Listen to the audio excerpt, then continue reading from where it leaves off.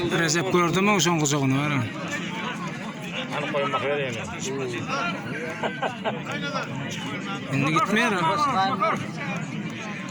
Ay, son sektan sana elde güç var ama onun.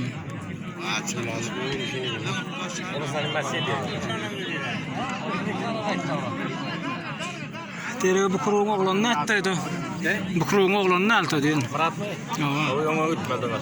Ona gitmen oğlan diyor. Yani sonra kalktı. Tutturmalı da attı onu bu kuruğu. Yazlar dışına. Musa koydu. Elim at bayrak koy gel. Orta. Sönme kaçsın Musa Pelvan. Koyan bayrak.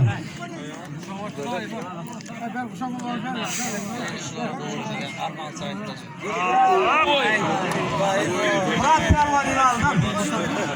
Yukarıdan ağır kayıttı buradan.